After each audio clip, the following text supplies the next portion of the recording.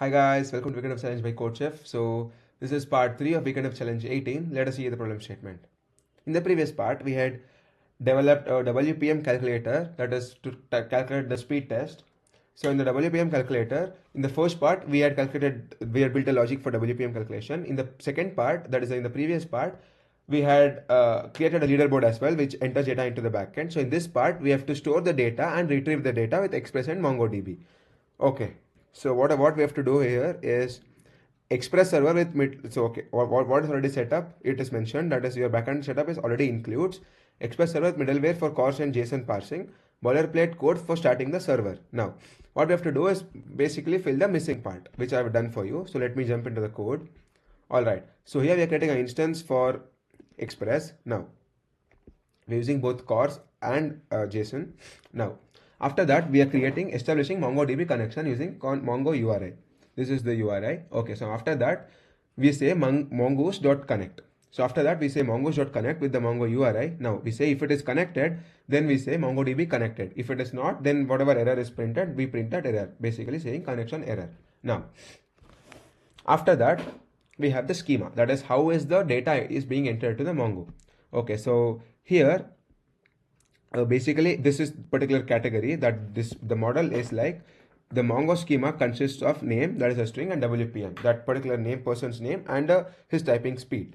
After that, we have to save the score. How do we do that? Using post, obviously, to enter the details to the backend. Now, we use post, and then we try to enter the name and WPM to the backend. Now, after that, if it is already existing, if the name is already existing, what do?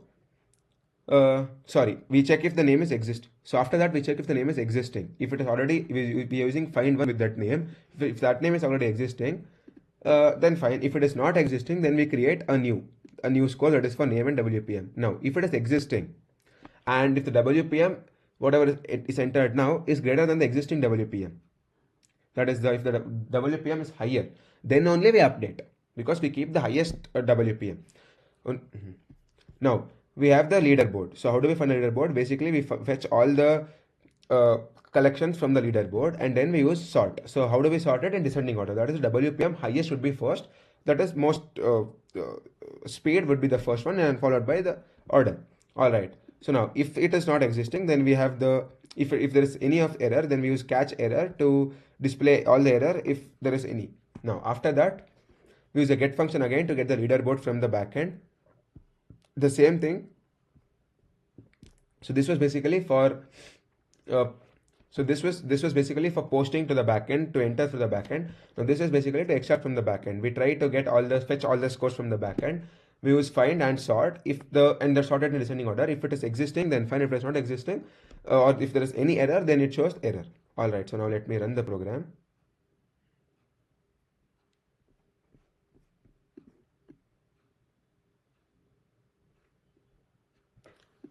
So first let me enter my name.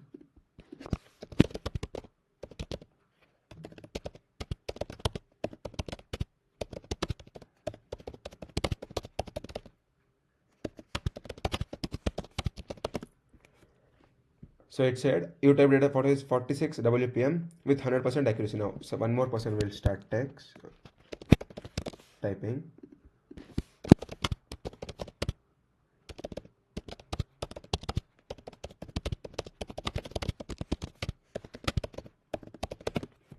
Now it said 60 WPM. This time it is a little bit faster.